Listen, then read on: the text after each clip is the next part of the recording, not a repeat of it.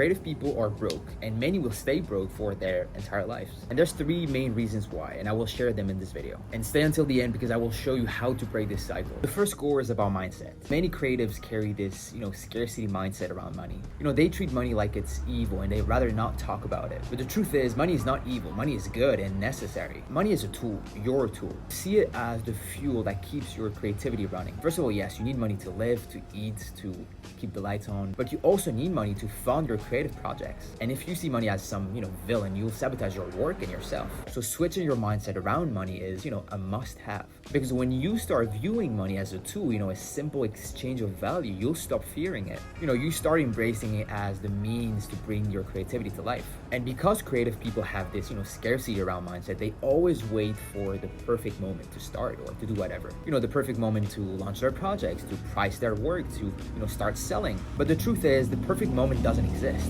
And maybe you do the same thing for everything. So they stay in this loop of, endless preparation, pushing the launch back, holding their projects, really close and tight, and working endlessly without really moving forward in the real world. The right moment doesn't exist. The only moment is now. And the longer you wait, the more time you waste. So at the end of the day, because of this, what do creatives people do? They isolate themselves. They hide away, scared to share their work or scared to get real world feedback. And when someone tries to help them, to offer feedback or advice, they resist. They take it personally, like an attack instead of a gift. And feedback isn't judgment, it's the roadmap to improvement. But your fear of money scarcity, of failure, of, judgment keeps you in that bubble of yours. And you're stuck in cycles and disconnected from the real world who could eventually pay for what you have to offer your creativity, your creative projects. But the core is, your mindset is the foundation of everything. So if you're caught in scarcity or fear, everything will suffer. But when you free your mind and see money as a tool, embrace feedback and stop waiting for the perfect moment, you open so many doors you never thought were possible. So the second core on why creative people are broke is not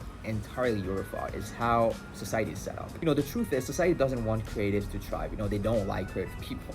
From day one, we are conditioned to fit in, conform, and obey. When creativity, true creativity, is disruptive. It challenges the status quo. It breaks the mold. And the system that benefits from order and control fear disruption. Because society teaches you deep down that your creative work isn't real work. That your passion is a hobby, a dangerous gamble. You hear messages like, get a normal job or stop dreaming. And these aren't casual opinions. They're cultural programming designed to keep the majority of people, compliant and obedient. And this pressure to conform create in creative people massive internal conflict. You want to create and innovate, but at the same time you doubt and you feel guilty. This tension eats away your creativity, your confidence, and clouds your identity. And on top of that, society has created a super powerful stereotype, around creative people. They label creative people as, the daydreaming person who, isn't reliable and is always dreaming about his dreams. And this label they put on creative people is not by accident, it's on purpose.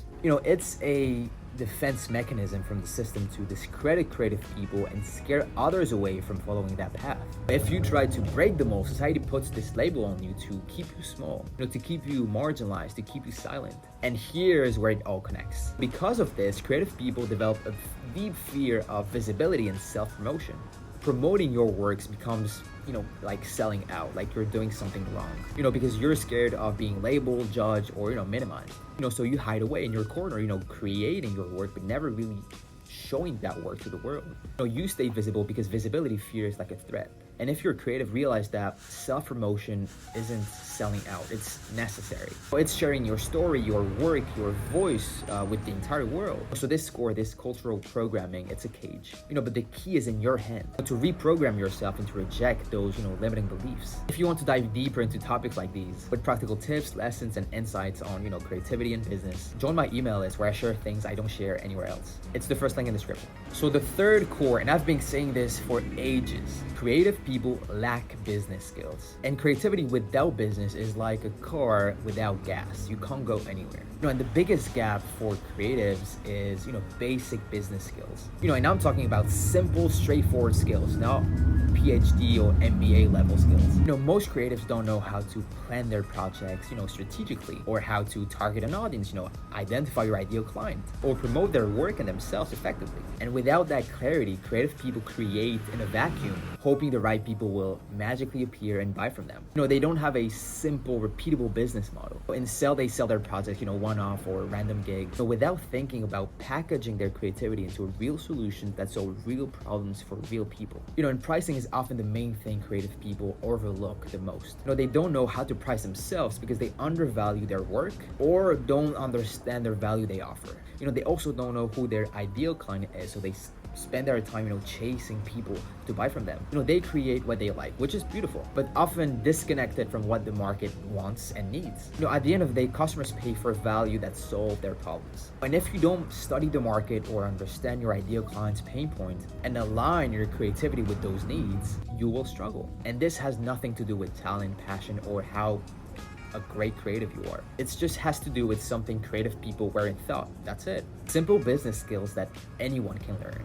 So what's the solution? How can creative people stop being broke? So the first and most important step, like I said, it's learning about business. And the best way to learn about business is to launch one. And one of the easiest way creative people can start a business is packaging their creativity into a skill that the market needs and is willing to pay for. And that's exactly how I did it.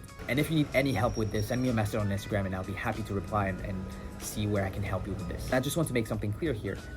Creating this small business, this first business, doesn't mean that you are abandoning your big creative projects that you have, the big goals and big dreams that you have. It's just the first step. The essential first step for you to understand about business and to build a sustainable income. In launching a freelance business with the skills you already have, it's the most easiest way for you to get started. So you're not losing your creativity. You are organizing it and presenting it in a way that people can buy it. And once you've mastered this, you have the knowledge, the skills, and the income to build your big creative projects. And to get started, there are 3 simple steps to follow. First, identify your creativity. What creative skills or talent do you have? For example, if you're skilled at creating, visual concepts, combining colors, shapes, and typography. The second thing is to package that creativity into a high value skill that you could sell. So coming back to our example, with the skills you've identified, you could create a brand identity offer, for example, where you design logos, choose color palettes, select typographies. And the third step is to find your ideal client or company that is willing to pay for what you offer. If you are passionate about, fashion, for example, coming back to our example, you could target, new fashion brands that are, just launching. And that's it. So to finish this video, creative people build this world. Every single thing you see around you that is man-made, from the building you're sitting in, to the clothes you wear, to the watch you have, to everything, was created by a creative person. The world was built by creative people like you. You have in you what the people who built this world had in them. And that's super powerful and you need to realize it. But having that power means more than just creating. It means owning your value, breaking free from those, limiting beliefs, and learning how to turn your creativity into a skill that you can sell. And the 3 barriers we talked about are things you can overcome. So take what you've learned here as your starting point. And to finish this off, don't forget to subscribe to my email list where I share things I don't share anywhere else. And I'm sure it's going to help you for whatever you want to do. And yeah, first link in the description.